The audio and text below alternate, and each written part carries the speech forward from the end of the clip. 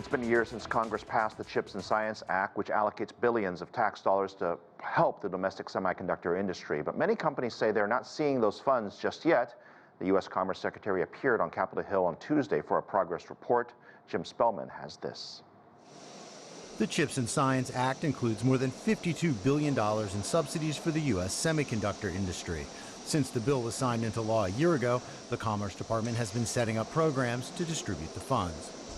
The U.S. will become the premier destination in the world for where we design new chip architectures, do research and development in our research labs, make chips for every end use, manufacture chips at scale with American workers in the United States, and package the most sophisticated chips in the world, all here on our shores.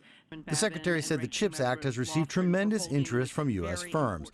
The Commerce Department is putting in place so-called guardrails to ensure companies in China and other countries can't profit from U.S. investments, and it intends to ensure the funds are not simply used to boost U.S. company profits.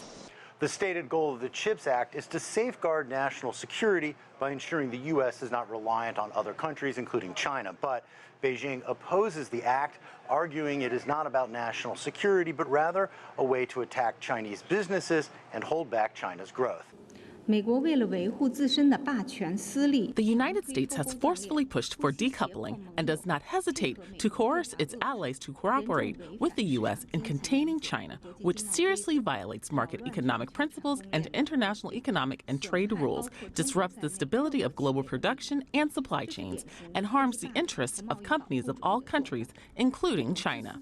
This is a typical practice of technological bullying and trade protectionism. This kind of selfish behavior is unpopular, and China firmly opposes it. A year after President Joe Biden signed the CHIPS and Science Act into law, the U.S. semiconductor industry is still waiting on the windfall. Jim Spellman, CGTN, Washington. For some help on the CHIPS Act and the global semiconductor industry, Jeff Moon joins us.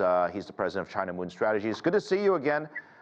The original intent of this bill was to, I guess, support the infrastructure necessary for chip companies to, number one, expand and become, I guess, profitable and sort of sustainable here in the U.S. It's been a year. I know a lot hasn't been built yet, but how would you grade the success of the bill thus far?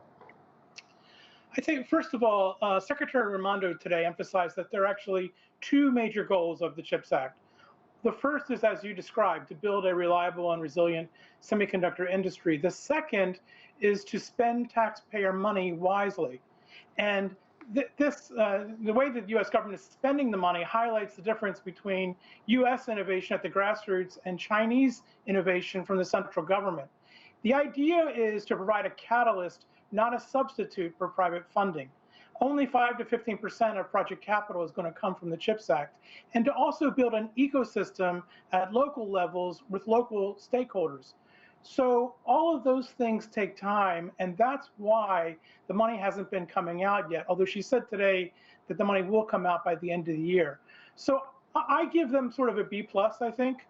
So far, they've made a lot of progress that we could talk about. But there's a lot more to be done. Look, I mean, chips are part of national security. It's part of our daily life. It drives our cars, our planes. It powers our military aircraft. And no matter which country you are, whether you're the U.S. or China or anywhere else in the world, this is a really big deal because whoever controls the chips or has the chips or makes the chips is going to have a better future. So in essence, the government is supporting sort of their own future. So I understand the protectionism claims, but I think there's much more to it than that. Am I wrong? No, you're absolutely right. I think what you're underscoring here is the supply chain resilience that was highlighted during the pandemic, and something that everyone agrees we need to reinforce. I think also another aspect of the national security dimension, of course, is the fact that semiconductors and other dual-use technologies, the Chinese government has specifically said it wants to use those technologies to make weapons. And that's why we have the export controls that the Chinese government is so unhappy about. And that is why Secretary Raimondo said today, and she also said in Beijing, that there won't be any compromises on that.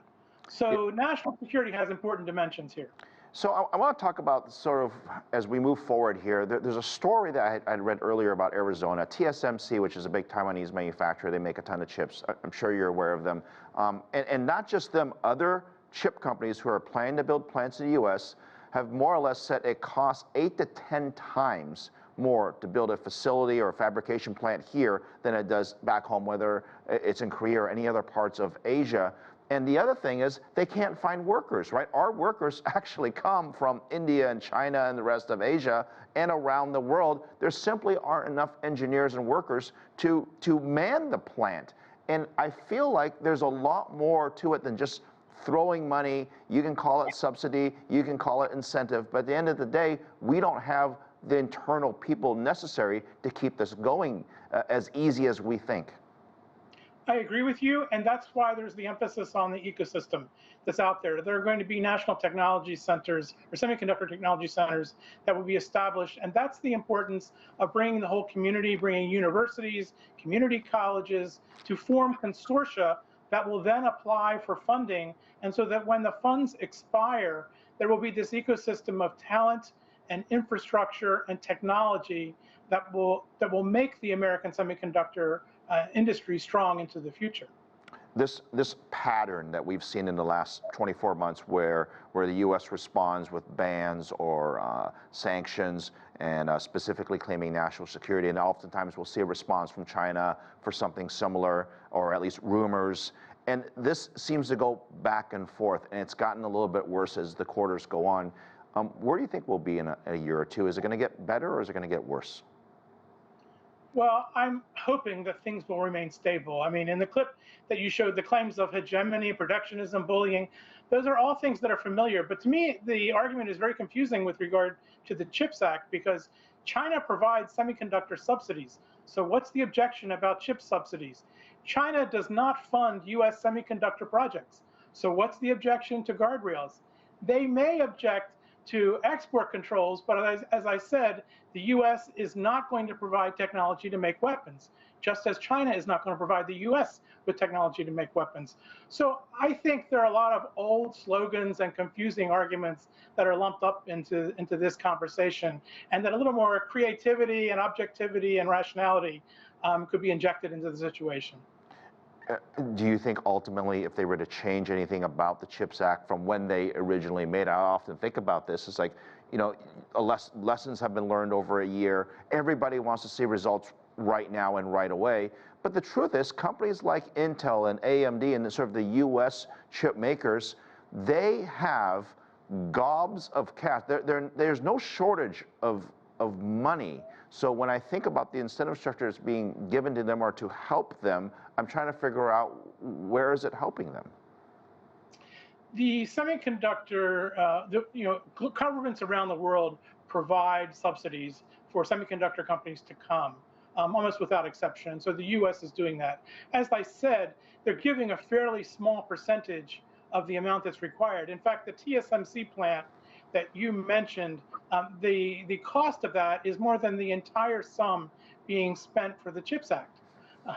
Which is something interesting. But the ecosystem that I keep on mentioning is going to include also small firms, that maybe design semiconductors or do some specialty function that will then fill out the U.S. industry, and subsidies in those areas are especially important. Yeah, it's a fascinating space, and we didn't even get a chance to even talk about AI, but that's a whole nother segment in itself. Jeff Moon, really appreciate your insights on this. Thank you. Thank you.